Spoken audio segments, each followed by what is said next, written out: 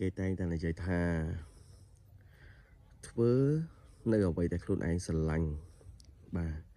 នឹងស្រឡាញ់នៅអ្វីដែលខ្លួនឯងធ្វើទើបយើងធ្វើបានយូរហើយយើងខំប្រឹងធ្វើដើម្បីគោលដៅរបស់ខ្លួនឯងធ្វើដើម្បីក្តីសម័យរបស់ខ្លួនឯងបាទធ្វើដើម្បីក្តីសម័យរបស់គ្រួសារបងប្អូនបាទនេះគឺជាកន្លែងដែលខ្ញុំត្រៀមសម្រាប់ការចិញ្ចឹមមាន់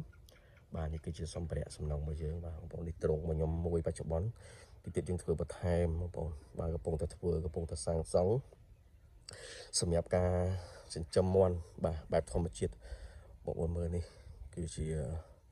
កន្លែងដែលយើងរស់នៅសិតតែធម្មជាតិជុំវិញហ្នឹងបងប្អូនអត់ប៉ះពាល់ដល់គេទេបាទសិតតែព្រៃចឹងទៅធម្មជាតិបងប្អូនខាងក្រោយនេះមានអូមួយអូខេរស់នៅតាមបែបធម្មជាតិបងប្អូនណាបាទនេះជាកន្លែងដែលយើងត្រៀមសម្រាប់ការធ្វើកសិដ្ឋានចិញ្ចឹមមាន់បងប្អូនបាទទាំងទីទៀតនឹងមានការរៀបរៀងបានស្អាតជាងនឹង